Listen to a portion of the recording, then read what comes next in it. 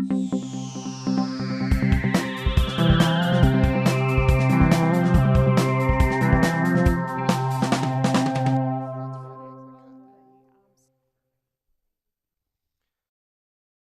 we have quite a few readers tonight, so we're going to get started.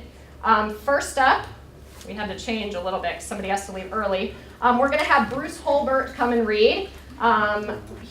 This is his galley he just handed me. This book will be coming out in the spring, which is very exciting. He is also the winner of the 2015 Washington State Book Award for Fiction. So please welcome Bruce Holbert. I'm really proud to be included in this. And I'm not just being polite. You see a lot about the Spokane community, sort of growing presence as far as writing and writers. And I think that's great.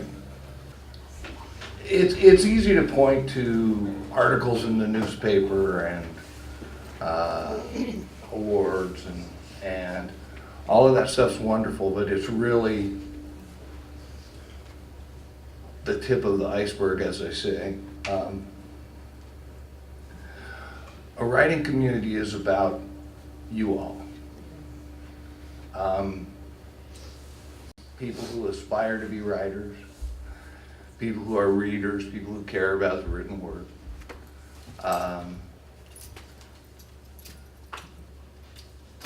That's what gives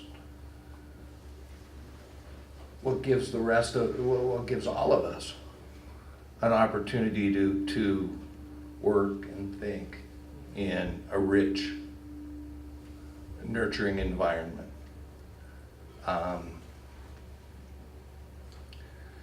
And libraries provide that. Bookstores provide that. Guys like Dennis Held provide that. I'm the mic guy. Dennis has been one of those guys that's glued the community together when I was just beginning to be a part of it. And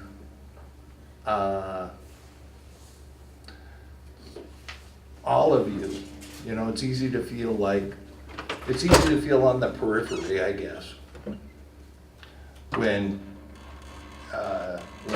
you see writers of some prominence, or writers who've gained some prominence, and end up with some notoriety. But you need to remember, all of us are just part of the community like you were. I'm 58 years old. Am I that old? I published my first novel at 52.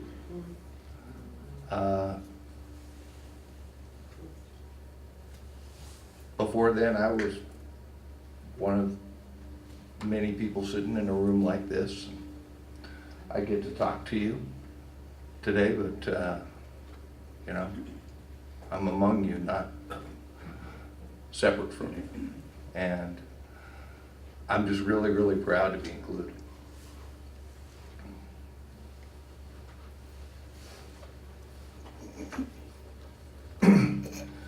This is from,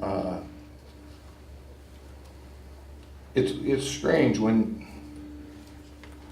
you finish a book and it goes to a publisher, it becomes like the kid you sent to college. You hope it gets good grades, but you don't talk to it every day. And so this is from a newer book that I'm still sort of trying to get to mind and pay attention to the curfew and all that kind of stuff. And this is toward the end of it. It's a book about a character who has Alzheimer's disease, and he's trying to figure out how to deal with that. And in the end, he realizes to some extent he doesn't have any control over it. This section is called Easter. I cannot tell you the first time I encountered guilt. It could be the initial pull of breast milk from my mother. You know, you start your life taken from others. In a perfect world, they're happy to give to you. Even generosity has a cost. People remind you what they offered up and what you owe, even though you were unaware of debts or assets. But they will remind you, and they will remember, and hold it over you, or nurture it. A vague cloud of liability and obligation. Guilt is the church's nuclear weapon. The impossibility of perfection. Sin and guilt are all Christians know of permanence. Well, I am afflicted with the disease that obliterates memory. And if what exists is what's in one's head, then nothing is permanent that isn't recalled. But I think guilt will stay past memory. But I think you will remain also. And maybe that's what breaking even looks like. Next week, your mother tells me you will visit from college. I hope it's voluntary. I mean, I'm still only a little foggy, so the emergency is a ways off. In fact, this kind of illness has no emergencies aside from wandering off once in a while. Anyway, I told her not to compel you. I would have been, and I might have even cussed a little. Then she reminded me it was Easter. We always celebrated Easter. We had no religious reasons. I mean, I recognized the whole resurrection ritual, but I was more amused by rabbits laying eggs and little kids scurrying through the open fields to collect them. I loved that. We'd lug you to 2 or 3 if they weren't scheduled against one another. Plastic grass and baskets and eggs colored every which way. Your mother boiled them and used vinegar for the colors, and it permeated the house, a smell like earth and fruit and sour things. I love sour things. Candy, raspberries, lemonade, Chinese soups, dry wine, and gin and tonic in my drinking days. This is not to say I don't want you to come. It's the opposite, sort of. I want you to visit. I don't want you to do it because you have to. Mom says she will cook a ham and a turkey and mash some spuds with gravy. As for me, I will prepare the stuffing with fresh sausage and walnuts and all my spices. We'll have a store-bought pie for dessert because pies are too much work. But they will be the good kind from Cyrus O'Leary's. If the weather stays pleasant, we can dine outside at the picnic table and you can feed Charles III, and I will take up for you when your mother complains. She complains, you know, because she thinks it's cute. And her complaints are her way of being cute too. And we will feast like gladiators and knights of the old days and laugh and speak loudly and eat meat off the bone, if we feel like it. It will be like our holiday dinners have always been. Dinners like I never knew, even through rumor, before you and your mother. I never thought I would feel that way. I love you and I love my life. What a cheap word it is, but no one has come up with another except maybe once upon a time or in the beginning. But it's what I have. After dessert, I hope we can idle with the dog on the grass like when you were little. Remember? And at some point, one of you will tackle me and the other will follow suit. We'll wrestle in the grass and you will still win, but not because I let you. Your mother will likely scold you to be careful with a sick man. Don't listen. In this one regard, don't listen to her. Pin me to the earth and count to 10.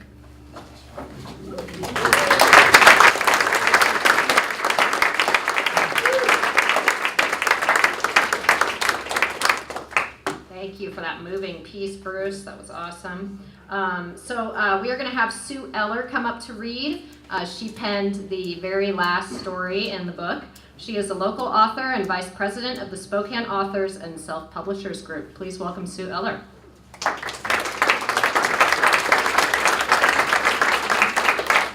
Thank you, everyone. This story, called Dancing in the Stars, I actually read as part of an interview with Stephen Pitters that's going to air next Saturday on KYRS. I think the number is 92.1 FM.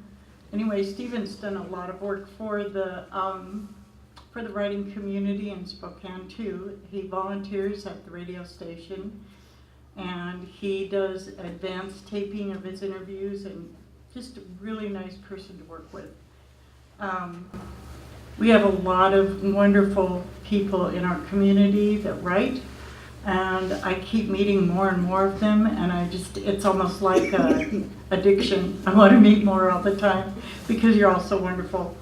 And so without further ado, here is Dancing in the Stars. They were close. I knew if they caught me, I'd never get back to my own space-time. I ducked into a country bar. None of the locals noticed. They chugged beers and danced to the twangy sound, oblivious to my hasty entrance. I donned my special glasses, the ones which enabled me to see the wormhole portal. If I could get close enough to jump in, I'd be home before they could say Interstellar Gateway. The trick would be to do it in a way that the chasers couldn't follow me. The music started, and the revelers formed a circle around the glowing ring of neon. They couldn't see it, and they couldn't accidentally enter it without a field generator. I had one, of course, but so did the chasers.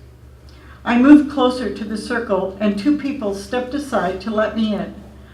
They sang along to the music and performed the actions as they sang. You put your left foot in, you put your left foot out. Unbelievable. Here I am in who knows which galaxy doing the hokey pokey, one of my childhood favorites. I looked at the gateway ring and estimated the distance. I was too far away. As we danced and sang, I worked my way closer. You put your right foot in, you put your right foot out. I actually accidentally bumped the person next to me. He glared for about 3.2 nanoseconds, then laughed and moved a little, bringing me closer to my destination. You put your head in, you put your head out. I got a little dizzy with that move. I shook my head and it helped. As I turned around and back, I caught movement at the door out of the corner of my eye. You put your backside in, you put your backside out. We faced away from the center of the circle and my exit to freedom. The chasers were here.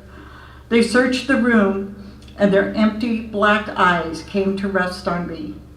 They didn't want to attract attention any more than I did, so they sidled through the crowd toward the dance floor. It was going to be close, but I knew the song. That verse I needed was near. Would it be in time? You put your whole self in? I jumped with all the strength I possessed, and my feet landed exactly in the center of the neon ring. I tucked my arms in close to my sides and felt more than heard the whoosh as I entered the wormhole. When I came to, I forgot to take a breath before I jumped. I found myself in a grassy field. I could see my house in the distance. There were no chasers in sight. I did a celebratory dance, thankful for my freedom, and started toward home. As I walked, I sang the final line of the song and dance routine, and that's what it's all about.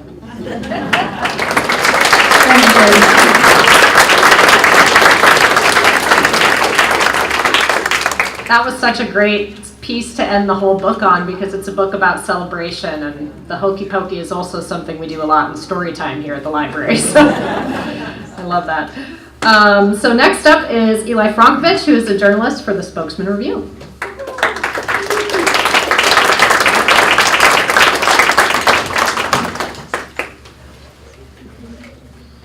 Hello. Last time I spoke publicly, I was chewing gum, and afterwards someone told me that's like the #1 thing you're not supposed to do, so I'm not doing that today, so I'm ahead, no matter how this goes. On the day of his son's wedding, Paul stole the nicest bike he'd ever seen, a carbon fiber machine, so responsive and so fast that he'd nearly been bucked off taking a corner. Paul hated bikes, but he needed one today. He rode it like a cowboy, knees jutted out, as if hugging the wide flanks of a heaving horse. Back straight, he leaned into the warm wind, his curly hair whipping behind him. He rode slowly, hovering on the edge of sweat. He couldn't sweat, didn't want to sweat. His clothes had to be fresh, or as fresh as a donated shirt could be. He pedaled on. He'd seen it on Facebook 3 days ago while escaping the summer heat at the public library. Only 3 days, wedding dress emoji. Can't wait to marry the love of my life. Posted by Laura Eveline Colburn. In it, she tagged Michael P. Luder. The posts were shared by many, one of whom was an old high school friend of Paul's. Thus, he'd seen that his son, Michael, was getting married on a hot Saturday in July. He continued pedaling. Each stroke punctuated an internal war. Should he go, or should he just forget it all and get high? He heard the yell as he passed Pine and Guilford, just north of the railroad crossing. "Paul!" He looked over his shoulder. There in his usual place was Peter, the big, bald, former wrestler turned wino, leaned up against a large cement road barrier, his umbrella half buried in the dust, shading his seat. He waved Paul over. "Where are you going so fast, man?" Peter said. "I'm going to a wedding." "No way, shut the front door. Junkies don't get married." "Nah, no, my boy, he's getting married." Peter's pockmarked face heaved, buckled, and burst into a grin. "Congratulations, man, that's a big deal. Your baby boy, all grown up, proud father, watching his little chick fly off the wall." Peter flapped his arms, chirping. "A drink, a toast to Paul's boy." He handed Paul a Gatorade bottle. Paul hesitated. A drink on a hot day, on his boy's wedding day. The struggle in his mind tipped suddenly and decisively. Things spiral so fast. Life has some strong gravity, and you slip up once, and it's pulling you down. Not that he'd slipped up only once. Still, once you're down. CPS took Michael when he was 3 years old. Michael's bio mom wasn't in the picture. A one-night stand spread thin over a 2-year relationship. She'd split 6 months after Michael's birth, said she was going to find a job and never came back. So it was just Paul and Michael living in an old Victorian house that lost luster, life, and shingles every winter. The first CPS case against him was opened a month after Michael's mom left. The daycare reported Paul because he wasn't changing Michael's diapers often enough. Paul, who barely could afford rent, had been trying to conserve. He'd taken a parenting class, 6 hours in a stuffy basement room that smelled like piss and cost him $60 in childcare and $5 in gas. 2 years later, CPS showed up again. A neighbor had called. Michael was always crawling around naked, they'd said. A dumb call. But, given his history, CPS had to check, the blonde, bubbly caseworker said apologetically. Paul was deep into the drugs at that point. She noticed. Within 6 months, baby Michael was gone. The adopted parents were sweet, gentle and kind. Paul could see the sadness laced with pity in their eyes, but he'd also seen the resolve. They were going to save the kid, history be damned. They agreed to keep in touch. It was an open adoption, but sort of an under-the-table open adoption. Paul had heard all the stories about the trouble adopted kids get into: rebellious, attachment disorders, drug abuse, always fighting against their adopted parents. Michael seemed to have sidestepped all of that. He was a sweet boy who grew into a kind man. In his more contemplative states, Paul thought Michael was infused with all the goodness and light that life had wrung out of him. They'd spend an hour or two together on Paul's visits. As Michael got older, they'd go on outings, to the old burger place down the street, or to the park, the nicer one up north. They'd shoot hoops or play on the playground.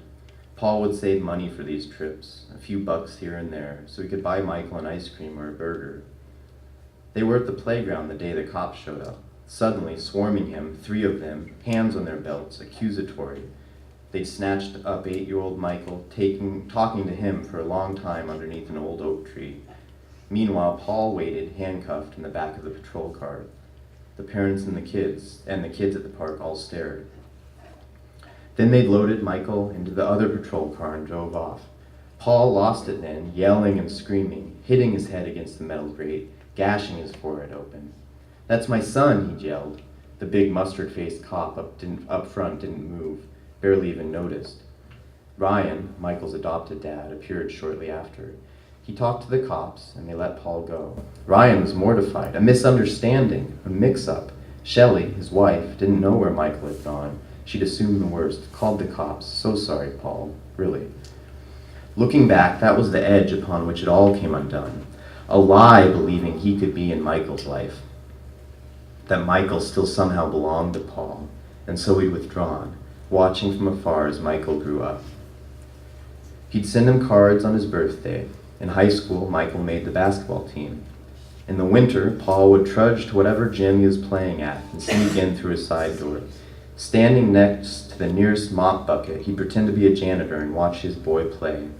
Once they made eye contact, but Michael hadn't recognized him, or pretended not to, and turned away seconds later without looking back. Paul missed most of the wedding. His hair was wild from the wind, his shirt still drying, parts of it clinging to his back. His jeans were clean. That he felt good about. He buttoned his shirt up almost all the way to the top, took a deep breath, and waited outside, sitting on a shaded bench across the street. He heard clapping and some muffled yells. He smiled then, thinking of his son getting married. Closing his eyes, he could almost imagine him all dressed up, kissing his wife, Laura. That was her name. And then the doors opened, and Michael and Laura, a woman Paul had never met, stepped outside, hands held high in the air, smiling big. Michael's hazel eyes, wide set like his mother's, glowed. Paul stood up and walked across the street, wheeling the bicycle along. Michael and his wife were standing for a photo on the steps of the church. People milled in front of them. Paul saw the adopted parents off in a corner, holding hands and watching their boy. No one noticed Paul, who was smiling so hard he wondered if the corners of his mouth would split. He went into the parking lot and found Michael's car already adorned with streamers and window paint, just married. He leaned the bicycle against the car, and then he turned and walked away, leaving the church and a note wrapped around the handlebars behind. "Michael, congratulations on your big day. I'm proud of you. Love, Dad."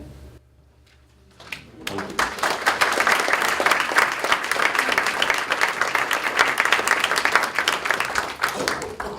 I love all of the emotions in the anthology and how there are so many different routes that the idea of celebration took, that being the theme for the book.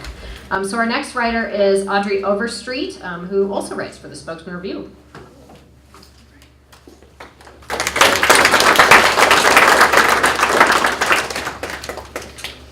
Hi, happy birthday to the Spokane County Library District.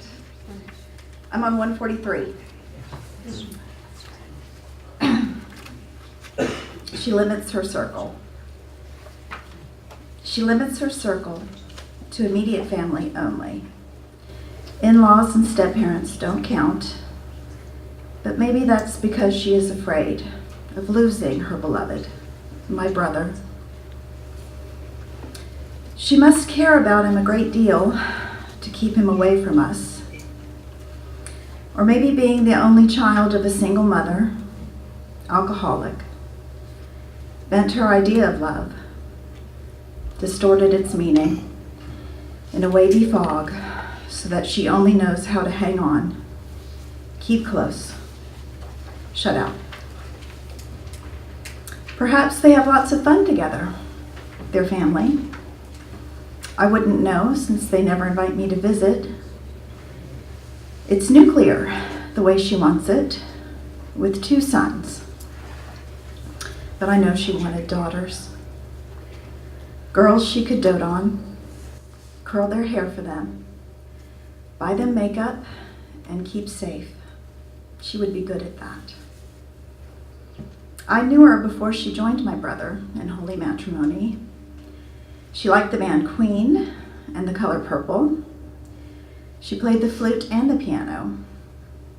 And when she was in her cups, she lamented her own lack of talent. "No, you're good," we said. "Really good." But she didn't believe us. I hope she plays her instruments with her sons. My nephew's lost to me. Maybe I will drive by their house at night and peek into a window, warm with light, and spy them making music together, dancing and laughing.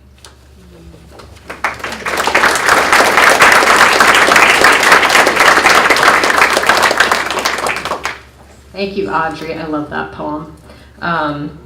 Our next reader up is Jim Thielman, an Iowa Writers Workshop graduate and the co-author of Postcards from Jim, a poetry correspondence.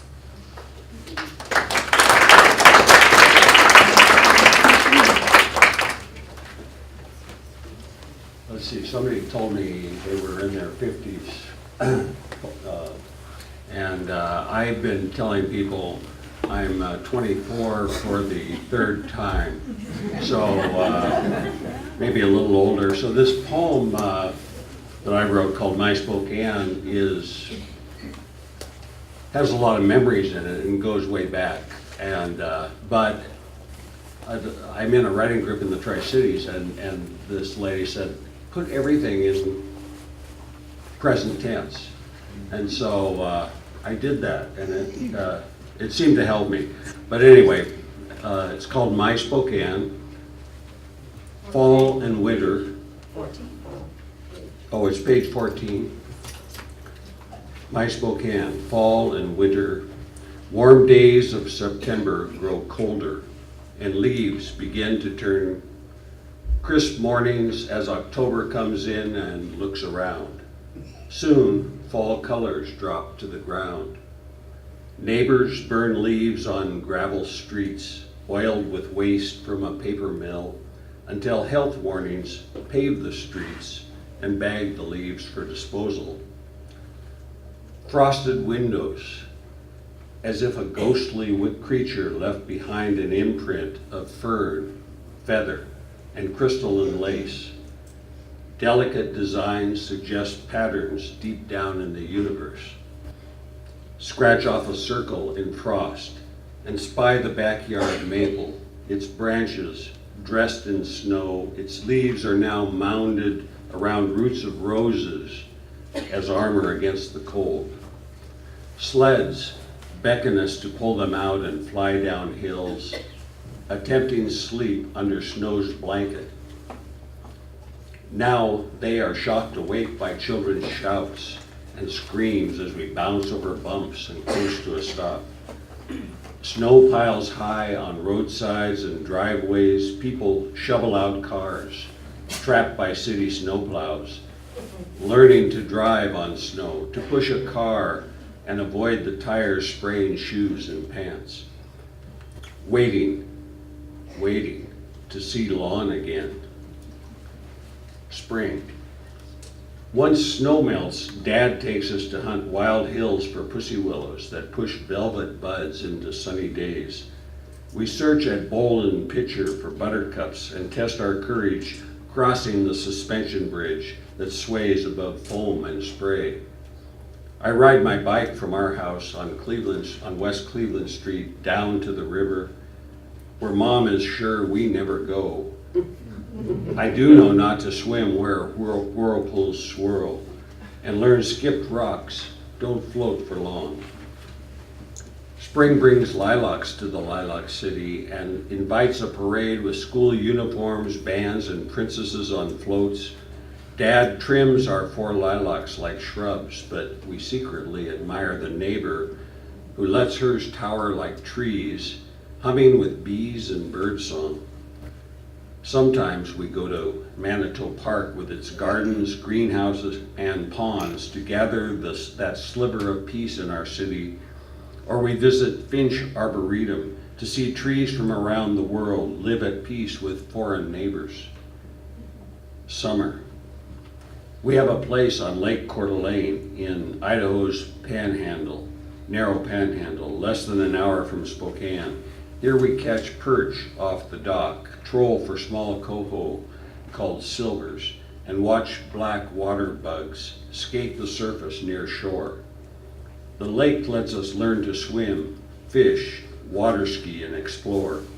The Coeur d'Alene River enters near Harrison and the St. Joe River passes St. Mary's, where log booms are ready to be towed past our bay to town. The Spokane River exits the lake to wander through Post Falls and makes its way along Centennial Trail to Riverfront Park and a reflective pond. The water is tamed only a moment, then tumbles down rugged falls near Anthony's Restaurant and under the Monroe Street Bridge.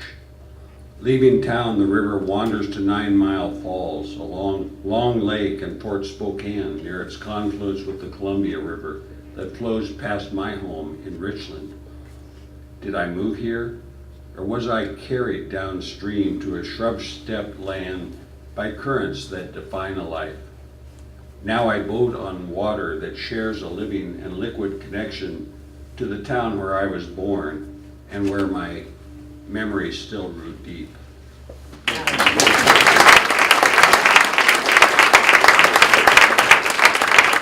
You can read it at the end, Jim, after we have get through some of our list. I'm sorry to do that. We're kind of getting close to time, and we have about 15 readers signed up. So the last scheduled reader tonight is Ellen Welker, who is a poet. She's the author of several chapbooks and poetry collections and the winner of an Artist Trust Grant. And right after that, we will get into the community readings. So thank you.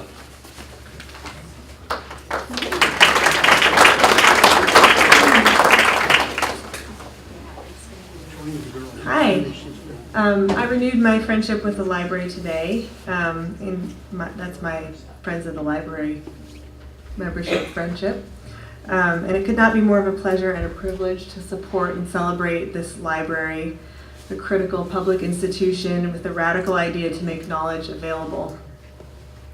I'm reading from a poem called The Things of This World and the People Devoted to Them. And this is a long poem in sections, so these sections come from the middle. And it's about language and communication and copyrights and patents, so library stuff. It's on page 53, sorry. Okay. From the things of this life and the people devoted to them. And it has an epigraph by Gary Lilly, which is, to learn it by heart means to learn it by heart. 4.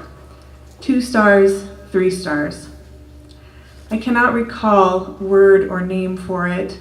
I remember there was a sasak, an hour spent watching a Muscovite wind a clock. Kavilik took, cannot recall word or name, forget. A quill of porcupine, a knife, 2 edges, pana, a sword, a spear. Tuvarat, 3 stars in constellation Orion. Uuyarat, 3 stars in constellation Orion. 6. Birds and trees. Shang, shang, shang, shangwali. Munditi. Dun, dun, dun, sadly. Chuk, chukiya, a perching. Wishilya, wishilya, wishilya, becoming happy. Shilly, shilly, shilly, shilly when it rains. Tea, tea, tea. A small brown titi. Chi, chi, chi, when what's being said can be trusted. Chikwan, chikwan, speaker is lying. Perching, ti, ti, ti, making contact with the surface. Chuk, chukiya, moving through. Water, chi, chi, chi, or across space. Shilly, shilly. 8. Roots, fruits, and leaves. Belonging is happening, alongside renaming, bottle and billing, powder and pilling, abuta, akatua, ahos chiro, bobinzana, kamalonga, katahua, chiricaspi palo del frio, garabato. For laying of hands, drinking of tonics, crushing of pace, tahuari, tangarana, toe, churino. For sweating and dreaming and feverish sleeping, lobo chupa, lupuna blanca y roja y negra, piripiri, bucachari, rojo dulce.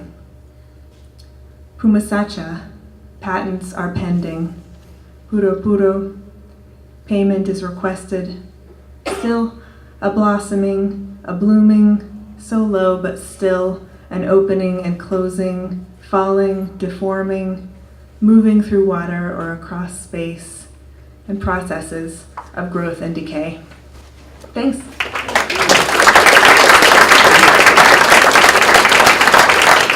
Thank you, Ellen. Our first reader up tonight on the sign-up list is Holly. Come on up, Holly.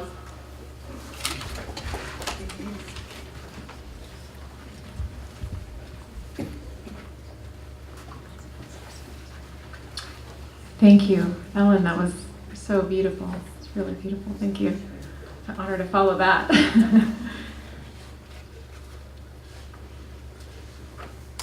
So I'm really excited to be a part of it because I'm fairly new to Spokane, so it's nice to feel connected to Spokane in this way. And this poem is about something that happened in Cambridge, England, which is where I was living before moving here. And it's on page. It's on page 164. Thank you. Star of the show. Red velvet curtains can shroud a trampoline. Pinned up to obscure the netting, a big top is born. Similarly, a slack line 2 feet from the ground is easily a high wire. Grains of rice stuffed into empty balloons make fine balls for juggling. And after they are rinsed and stacked into a pyramidal tower, food tins are ready targets. Obviously, your mother is a ringleader. Wearing a top hat, blue instead of black, it complements her eyes. She cracks the whip and all the acts obey. The world's strongest man is, of course, your father. It says so on his t-shirt, and anyway, with no effort whatsoever, he manages to lift a 500-pound inflatable barbell.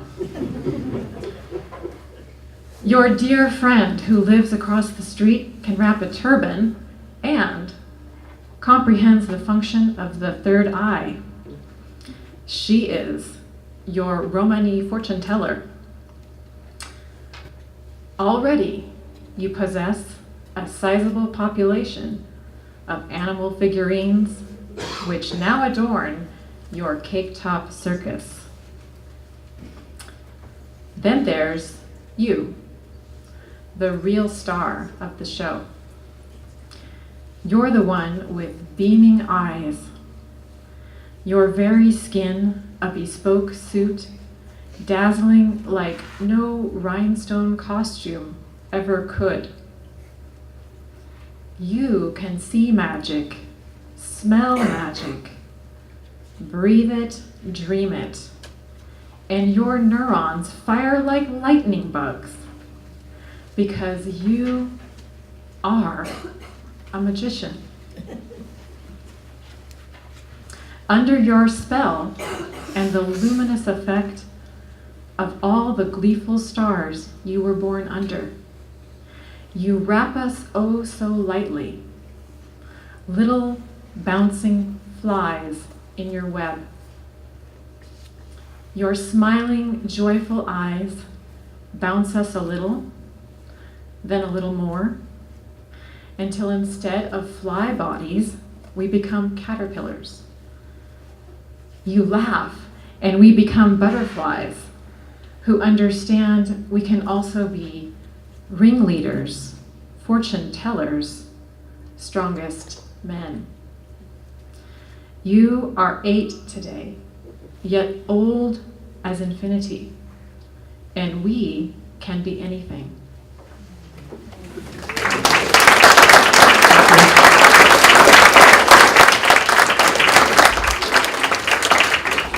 Thank you, Holly. Up next is Stephanie.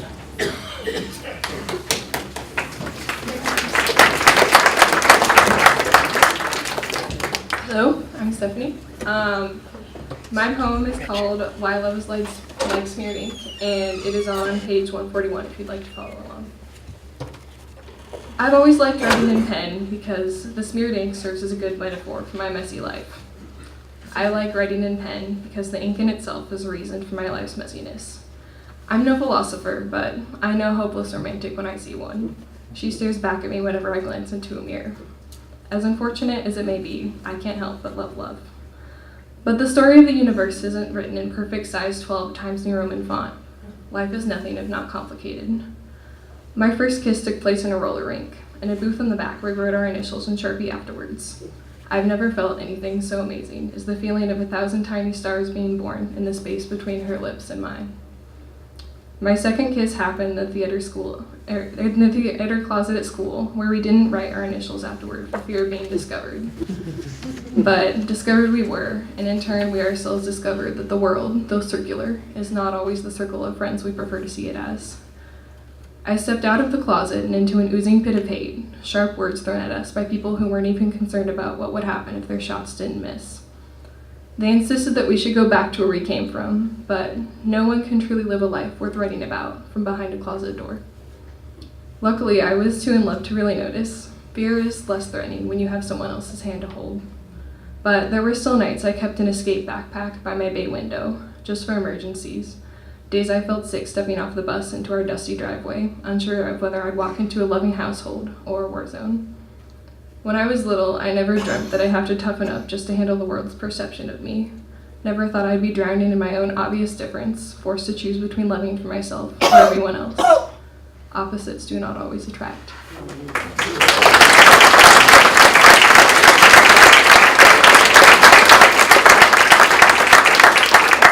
It is so cool to be published when you're 17, so I hope you keep writing, Stephanie. That's amazing. And Karen is up next. Karen?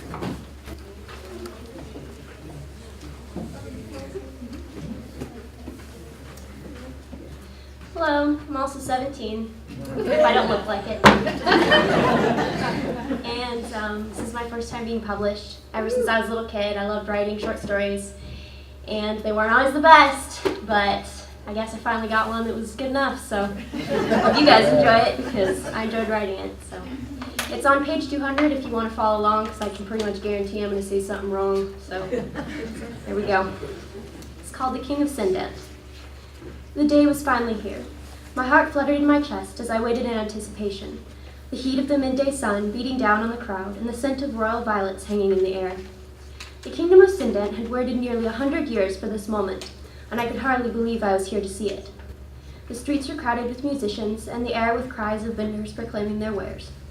I slipped through the crowds of revelers, making my way closer to the platform at the center of the court where our prince was to be coronated. Years ago, a prophecy had been given. It told of a great leader, a man who would possess the power of the ancient kings, one who would restore peace to our land. I looked up, startled from my thoughts as the kingdom's steward appeared on the platform before me. "Great kingdom of Sindet," he cried, "now is the time. The hour of the great prophecy is finally upon us." He raised his arms as the crowd began to cheer. "For too long we have lived in a broken kingdom. For too long have we been without a king." The people were now screaming, declaring their approval, I along with them. The atmosphere was inescapable.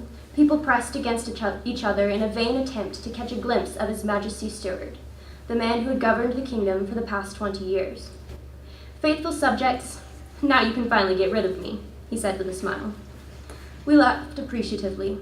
He was a kind man who genuinely cared for the kingdom, and as such, he was very popular. "Without further ado," he continued, "I believe it is high time you met your king." He stepped aside with a flourish as our prince ascended the stairs and slowly walked to the center of the dais. I craned my neck to get a better look at our future sovereign. A hush swept over the crowd as the prince turned his gaze across the plaza. 4 cubits tall, with piercing black eyes, he cut a daunting figure. He was only 10 and 8 years old, but already I could tell he was born to be a king. He stood with an air of confidence. He knew exactly where he belonged. We waited in suspense for His Majesty to speak. He would surely regale us with great tales of his trials. It was a long-standing tradition that each king would prove his worthiness with 7 great trials of strength, bravery, and honor. Slowly, he raised his hands and began to speak. "My people," he began. "For years I have been told what my destiny would be, what I would become." He paused, and it felt as though the fate of the world hinged on what the prince would say next. Every day I was faced with the question, what kind of king do the people need? For a time, I thought I knew. As I watched, I could have sworn I saw the glimmer of tears in his eyes. I believed that the perfect king was someone brave, someone incorruptible, someone great. But I was wrong. He seemed almost at a loss for words, and for a brief moment, his carefully constructed wall came down. He cleared his throat and continued. For the first time today, I saw a kingdom, my people, my subjects, celebrating a man they had never met. What I saw was faith. I saw faith and a hope so strong that it inspired me in a way that my many trials never could. You have showed me what it is to be a leader, and I promise, no, I swear, that I will strive to become the king you deserve. He took a deep breath and finished, I swear. For a long moment there was silence. The prince's speech was so unexpected and so truthful that no one knew how to respond. Then, from the silence, a single clap, and another, until the air was filled with the thunder of 1,000 hands saying in unison, we welcome you, we accept you, we follow you. And we will, I thought, to the ends of the earth and beyond.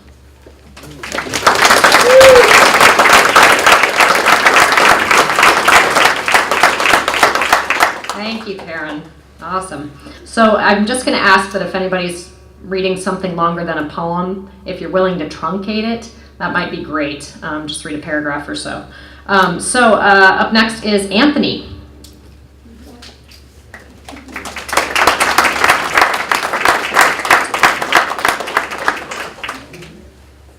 Hello, I'm Anthony. I'm 14, even though I don't look like it. As a kid, I went way back when. When I was younger, when I was smaller, I didn't like reading, didn't like doing any of that, but I always wanted to do something. And recently, just so happened to be poetry was the next thing to do, and so I'm very excited, honored to be a part of this. My first is Onward Daily, on page 184. The sun rises, the sun sets. In between, I put forth my best.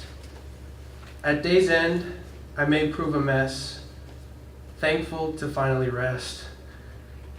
Muscles torn, so weak and sore, countless times I've met the floor. Support of my family, so great I can't ignore. My God, my strength is even more. With both, I am ready to fight the war. If I turn away, how will I know? If I give up, how will I grow? My pride and ego must stay low, for committed daily, onward I will go.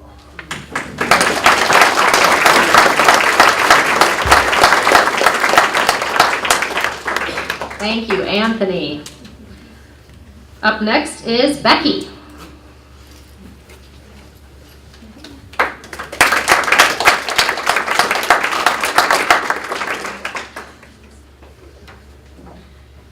I belong to a poetry group that meets right here in Hawthorne Library, and it meets the first Wednesday, I believe, of every month, and I think at 1 o'clock or maybe 15 minutes after 1, something like that, but it meets every month, and it's the oldest poetry club in Spokane. It had its 80th birthday last spring, so wow. The library has its 75th, but the Poetry Scribes of Spokane hasn't beat with 80 years. So that's where I learned how to write poetry. The name of my poem is called Keeping Time, and it's on page 203. It was written after I had gone to a swing dance competition in Seattle. Keeping time. What is it in the world's music that moves you now? Is it anything like the disappearing dew under a rising sun? So quiet a note it cannot be heard, the turn of wind in the poplar tree, that taffeta rustle that stirs, the hot sand at the beach with the power to make a person yowl and prance to the water's edge, or else the hook of a wing and the crying of gulls on a blue water day. A robin on a fence post, its backdrop a field of bright swaying goldenrod suddenly engulfed in the whirl of dust coming from a car going too fast on an old country road, tires kicking up gravel heading for home. Is it the sidestep syncopation of going off-road to pick wild huckleberries? Surround sound of birds, a medley of hum and buzz amid flower and fauna of every kind, the warm, damp earth singing and keeping time. It seems there is a dance you learn once and never forget. Only this, nothing more. Not a single measure of regret to alter tempo. Steps you keenly remember, 1,000 memories moving your feet.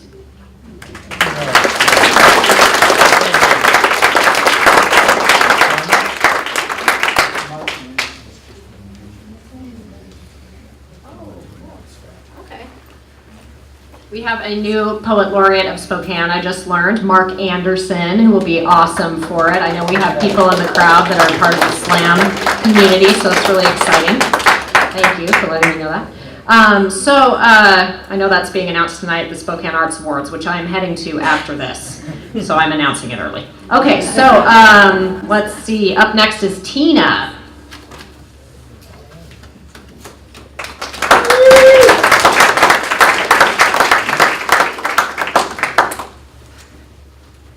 I am not 14, and I have to wear glasses now when I read. So that's the way it goes, I guess. What page are you on? 84, page 84. Since you said you do, and I'm recovering from a cold, so I'm not always this nasally, I apologize. In the space between your right leg and my left, we hold hands lying on the scratchy army blanket, shoulders touching. My dress sticks to the back of my thighs, your suit jacket is off, shirt buttons opened. 20 minutes ago at the county courthouse, now on a hillside in the park, tonight, Lincoln City. Beautiful, you whisper, sigh, and squeeze my hand. Do you mean the cloudless sky? I pull our clasped hands to my chest, release the breath I have been holding since you said you do.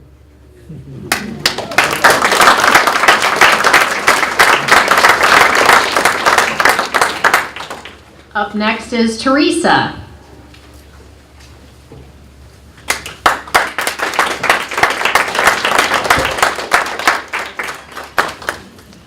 Hi, my name is Teresa Van Arsdale, and I'm a first-year poetry student at EW's MFA program, which I highly recommend. I'm hoping it will fix this. Spring River. Oh, what page? Oh, sorry, 68. Almost my age. All the water displaces the air, pitching against pillow lava leftovers from an ice age. Here and there, volcanoes and floods, mega gallons sluicing over the dam's wide open gates, viscous like oil. Screaming hell over the boom and boys, Old Man River, a frantic leap of cubic feet, and we are voyeurs of this fleet voyageur, resolutely sold down the river as it keeps on moving along, while beneath the cheap froth, trout ply the soundless deep, and you can see them from the bridges if you let your eyes adjust to their buoyant effort against the robust spring current as it turns their bodies into a singular swimming muscle, Michael Phelps Olympic trout. Class 4 or 5, the wild river gallops through our city, a peopled city of its own, running always while we sleep.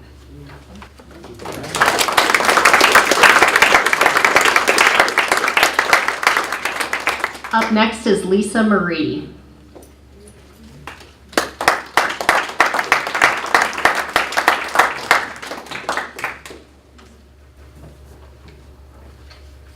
I'm Lisa Marie Smith, and my poem is on page 33. It's titled, In Celebration of an Outing to Green Bluff on the Last Day of August. 1. Colorscape. On the way to Green Bluff, russet red barns stand behind the faint orange of early turning leaves. Fields of yellow gold, stubble, all that remains of the cut wheat stretched to meet the evergreens. Rising, shadowy blue mountains swallow the farthest green, then yield to an indigo sky clouded with violet. 2. Ripe peach. This palm-sized peach is so ripe it lets go of its branch at my touch and plops into my hand. Its dusky red skin is ripped where the peach grew against its branch, exposing full yellow flesh. Juice begins to seep softly over downy peach skin onto mine. I have no choice but to eat this peach. 3. Pumpkin donuts. We open the warm paper bag and breathe in the aroma of melting cinnamon sugar. Hot donuts in sugar coats. They sparkle in sunlight as we raise them slowly to our lips. Like a gentle kiss, their touch leaves a trace of sweetness. I feel the slight resistance of the crisp outer crust against my teeth. It gives way to the golden taste of pumpkins growing under summer sun.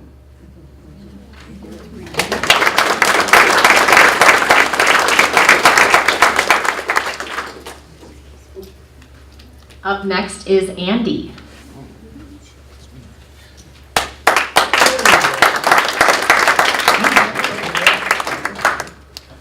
Let's go to page 58, if you're into that kind of thing. This is called Teacher. I'm commanded by sunlight on fast, gin-clear water, willing servant to the movements of the world, slow growth of the cedars and the bullpine, lightning slash of the cutthroat trout under the awkward dip of the stonefly, wings still dark gray with the dampness of June mornings. It is important to read the breeze and dust thrown up from hot river roads and the lightning-charred old growth that points to the sky along the water, dark fingers demanding attention and respect. There is message in the way clouds thin and stretch late afternoons on a river. These speak of the cool nights and stars and sleep with the music of rivers controlling your dreams. I listen, learn, and hope to grow with this world when it has something to say, and it always does.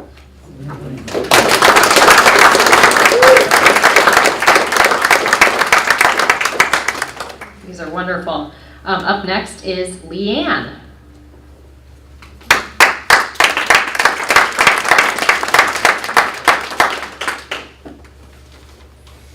Okay, so I'm trying to truncate this, so we'll see how we do. I'm on page 85 here, Tipson and the Wedding. Programming requirement as best man. Assist Master James Dupree in his wedding. Ensure that he is happy in every respect. Define wedding. A wedding is where two human beings join themselves and commit to be together for the remainder of their mortal lives. Analysis. If two human beings intend to commit to a lifetime relationship, it would be beneficial for both parties to share a sense of excitement in the situation. Facial interpretation. Master James Dupree's expressions indicate apprehension, fear, and uncertainty. Skipping ahead. Concern. Master Dupree is unprepared for change about to occur. Projection of outcome. If he rejects change, he may fail his commitment. Internal programming distress. All creatures should attempt to maintain commitments. I don't remember what I was going to do. I think I was going to skip there. But let's just go this way. New oral censor input from priest. If anyone sees any reason why these two should not be joined in holy matrimony, speak now or forever hold your peace. Command noted. Speak now or hold peace. Decision? Unclear. Option 1. Speak now. Possible results. Prevent Master Dupree from entering into commitment he is unable to keep. Option 2. Forever hold peace. Possible results. Master Dupree may enter into commitment he is unable to keep. Programming knowledge. Should Tipson fail to keep commitments, Tipson would be decommissioned. Interpretation. Should Master Dupree fail to keep his commitments, he shall be decommissioned. Command. Speak. Tipson has a concern. Facial interpretation. Master Dupree. Concern. Mistress O'Halloran, confusion. Command, speak. You have stated previously that you do not know if you are ready for this change. If you make this commitment and you are unable to keep it, you may be decommissioned. Oral sensory input, Master Dupree. Laughter. Tone indicates nervousness. Facial interpretation, Mistress O'Halloran's expressions indicate surprise and anger. Oral sensory input, Mistress O'Halloran. You told your robot you aren't ready for this change? You can't keep this commitment? Master Dupree. No, Lita. He's misinterpreting it. Mistress O'Halloran. Misinterpreting what? You obviously talked to him. Master Dupree. Yes, I did talk to him, Lita. He's my robot. He's my best man. He's the best friend I've ever had. Mistress O'Halloran. He's a robot. Skipping forward, and then it says,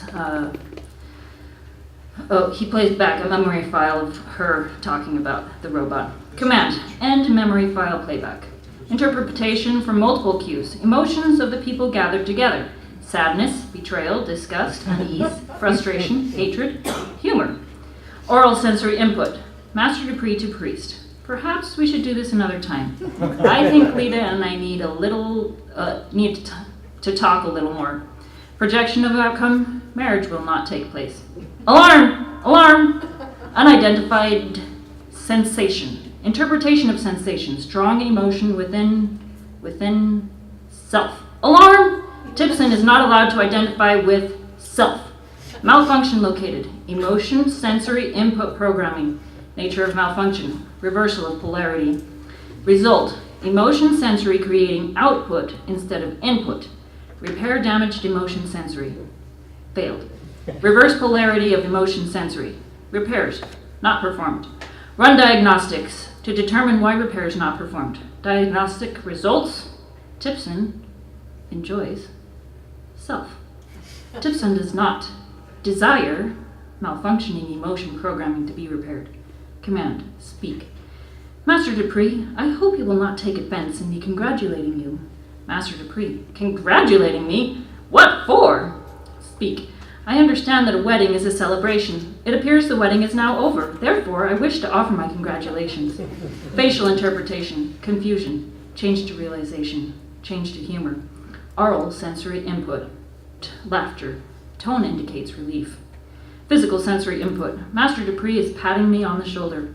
Master Dupree is giving me a hug. Interpretation. Master Dupree is celebrating. Decision. I would like to celebrate also. Command. Laugh.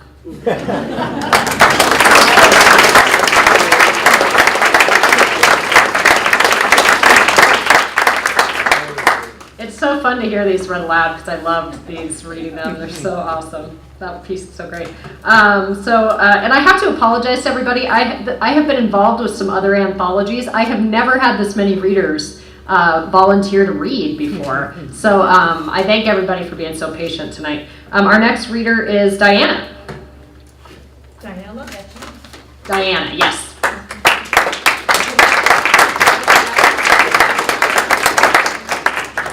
Well, I'm not 14, I'm 87. And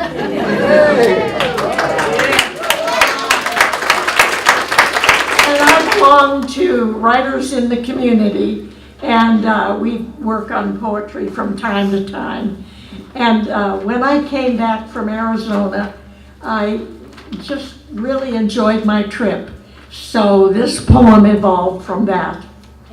Adios, Arizona. Oh, page 45. Adios, Arizona, drab, dry desert. Sage colors recede in the rearview mirror. Saguaro looms tall, ahead a long home stretch. Black cattle and white shorn sheep graze in lush meadows. Snow-capped Devil's Throne looms above. Gray rock slides border rushing mountain streams. Red kayak cataracts over rocks. Blue jet boats race along the Salmon River. Tall pines salute on a distant ridge. Green springs pass my ride. White syringa drapes the hillside. Yellow forsythia brightens my mood. purple lilac aroma billows. Pink crabapple omens fruit. Coral dogwood glows the wood. Blustery winds blow in a quick squall. Sun reappears, sheens the clouds. Dry fly fishermen cast along the bumpy motorway. Orange vests worn, highway construction ahead. Welcome to the Northwest.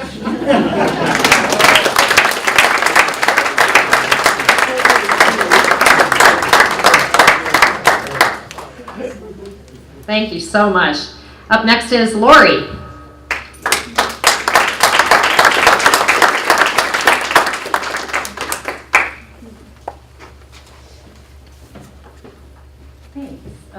Page 154, a poem written for our grandson before he was born. Adoptive measures. Shh. I must be excused for not telling either one of your mothers. I'm ready to jumpstart your dawning birth into color by wearing our longest wavelength, scarlet. The first hue most eyes perceive. Garnet, carmine, rose. My t-shirts are daydreams expanding. I'll bone up on coral snakes and grow pincushion cacti. With suet, we'll lure a cardinal. Okay, that's poetic license. We don't have cardinals here. And let's raid library shelves for books on Mars. You can toggle my woodpecker door knocker anytime, loud as you please. Gobble my raspberries, warmed by the sun. Grandson-to-be, I'll sing our new bloodline all my days. Already, you tickle me pink. I declare, you're one in vermilion.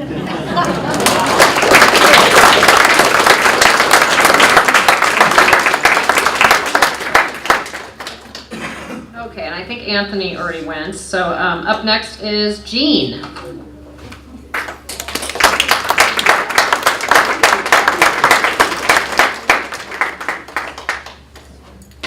Sorry, I think I get you. Okay. Well, I was 17. Now I'm 71. Oh, wow. And I'm glad to be here. I'm really thankful. It's kind of like an AA meeting where you got 2 minutes and then they cut you off, but I can do it. I did want to say that I grew up Lutheran and Church of Christ and then Adventist and went Pentecostal, and so it's so hard for me. I asked somebody if I could say amen and yell out, and they said you better be quiet. So it has been so hard sitting back here. And then I want to tell you this quick story because I was a teacher and I looked for every way, and I don't want to knock this off, but to get people to write. I'm not a writer, I'm a math major. I don't like all these words and I don't understand what truncated means, but I kind of think you're supposed to cut it short. And so, anyway, but I have ADD, I can get through this in 40 seconds, but because I skip lines and my eyes get off. But when I saw the ad, I was so thrilled because I wanted everybody in the world to write and enter. And so the only one who would listen to me was my 8-year-old granddaughter, and so I entered, well, I said, I'm going to write. You and Grandma are going to write. So she had a story that she wrote when she was about 5, and I had, my mom has been a writer all her life, and my dad wrote her letters from Guadalcanal during World War II, and we have his letters. And so I wanted to write something from my folks. And so I get out the stuff and I get Stella's story out. And so late at night I'm entering them in and it wouldn't go on the computer and all that stuff. And so anyway, the next morning I told Stella, I said, I got our stories entered. And she was so mad. She said, I did not want my story entered. And she was like 5 when she wrote it, and it said like one line or one page, and she said, I love my mom, I love my mom, I love my mom. do you know by now I love my mom, and something like that, and then my mom is the best. And I thought, I mean, it's wonderful from a child that age, but we put on 7 because that's when we entered it. And so she was so mad. She said, I don't want anybody else to read my story. That was just for my mom. And I'm like, ugh. And so then, and I had my story. And so we get the letters back, and the Lori says, and I couldn't get my name on there, so it was Stella Everts, and it said, you know, congratulations, you've got your story in, blah, blah, blah, and we liked it, and we're going to publish it. And so I was so excited, and of course celebrating, and my friend was saying, you know, this is really a big deal. So I was happy just for the story. And then the same next day we got a letter, dear Stella, you know, your story was good, we loved it, but we're not going to use it. And so I was feeling bad, and she's like, I told you so, I told you not to enter it. So my story's in her and hers is not, but that's the way God wanted it to be. So, and I'm really thankful for the library and for, oh shoot, I forgot to tell you, 160. I was going to tell you that right away so you'd be ready to follow along. Okay, I'm taking off. A time of celebration. 75 years ago, okay, I need a card because I get on the wrong line. March 17th, 1942 was the day that John C. Wolfe of Haines, North Dakota, and Violet I. Smith of Pine City, Washington chose as the day they would get married. They had dated for 4.5 years and decided on that day in December 1941 or something, had impacted their lives in a very serious way. John's brother, Jonathan, nicknamed Chin, had been one of the first to join the Army and was pictured on the front page of the local paper with others who lined up to volunteer. John was older and also in love, so he wasn't as quick to volunteer. However, John received a draft notice from Uncle Sam on June 13, 1942, requesting a report for duty on the 25th. He applied for a 10-day furlough so he could get his affairs in order. He quit 2 jobs, one at Fort Wright that paid $87.50 a month, and the other a part-time job at George Merriman Implement for 40 cents an hour. He and Violet were living in an apartment in Spokane that cost $27.50 a month. They quickly packed their things, and I think I could truncate that part. Anyway, my dad ended up at Fort Lewis, and next to last line, after 12 days it was goodbye again. Instead of Alaska, John was on his way to California and then to Hawaii. He was supposed to go to Alaska, but something happened. Anyway. Okay. John and his, John and his unit experienced long periods of marching and limited amounts of water. Getting from Hawaii to the Fiji Islands required 30 days of sailing on the ocean. The nights were hot, so the boys slept out on the deck when possible. Does that mean I'm supposed to quit? Okay. Where I used to work, they'd say, Gene, that's it, you're done. You want me to read on? Yeah. One more paragraph. Okay. More than one of the soldiers jumped overboard as they could not face the thought of combat. The Marines had landed on Guadalcanal and the 161st landed. They were 30 days on the front lines for John. No shave, no change of clothes. Oh yes, his fatigues were worn, and he came up upon a pair lying on the road. The size was huge, so he cut them off on the tops and the legs, cut in belt loops, and proceeded to wear them.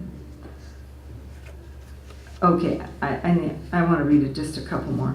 Thanks to their colonel, who refused to obey orders, their unit stayed alive. Another unit had been killed when going into this particular area, so the colonel refused to go in until more bombing was done. The Americans stayed in their foxholes at night and were ordered to shoot at any movement because the enemy would venture out at night. Most horrible were the screeching of the dive bombers, the suicide planes. John wrote letters home, but they were so cut up, censored, that sometimes there was not much to read. Last paragraph, next to last. On May 17th, the birth of their first daughter, Judith Mary, took place. She was born at home in her grandparents' house in Pine City, Washington. At this time, John was in the hospital with malaria. Also, he fell when crossing a stream on a log, and there was no feeling in his legs.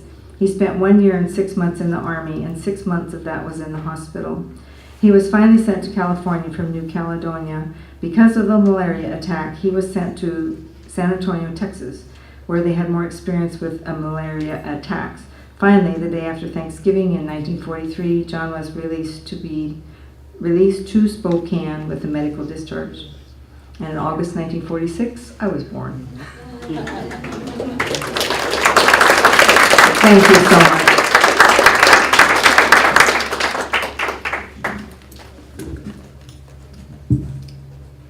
Thank you. Up next is Ann Colford.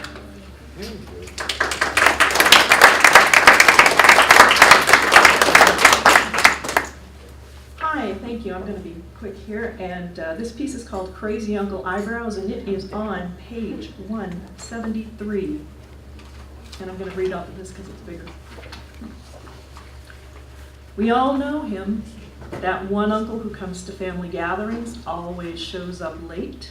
So the more polite aunties tell him the dinner starts an hour earlier than it really does, in the hope that he'll show up nearly on time. You know him. That uncle who talks a little too loudly and belches with great gusto and drinks a bit more than he should, whose shirt always comes untucked, who smells of last month's cigars and yesterday's whiskey, who's never lewd, but who is filled with bombast and bravado. You know this uncle.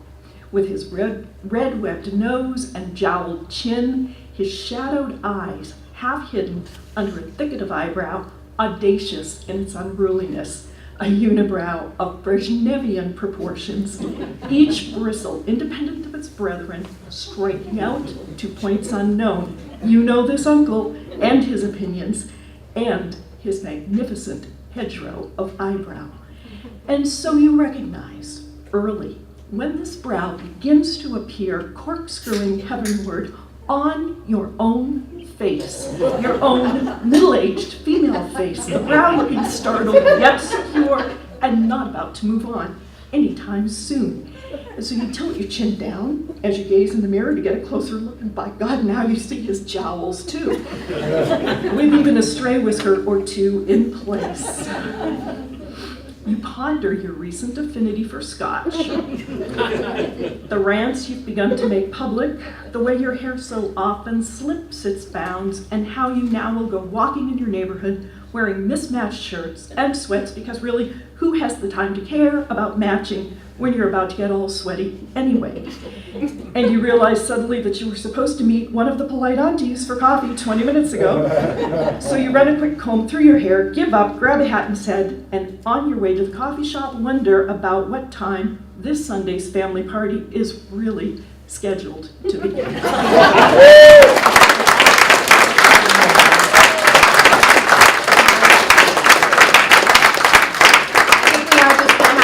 Reader tonight. There is cake after the reading is finished, and so please grab some cake for the road. And our reader is Susan.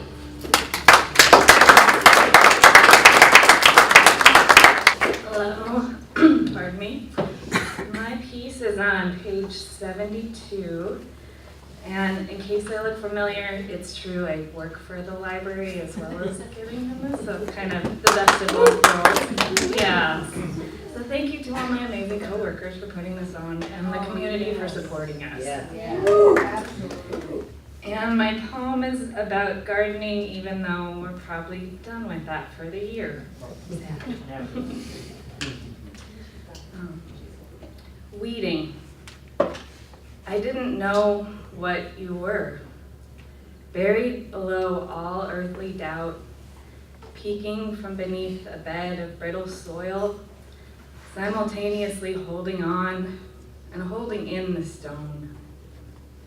Alien ball of snarl and crust, tendril fangs gleaming pale under a smoky moon. Yet I recognized the yearning curve of desire in your growing art. I didn't pull you out by your roots with my usual gentle yet forceful stranglehold, meant to reduce the pain to an absolute minimum, all the while resembling the final stroke of the executioner's blade. I let you grow. I was rewarded in my benevolence, your bloom as bright and buoyant as a child's breath, on a dandelion puff.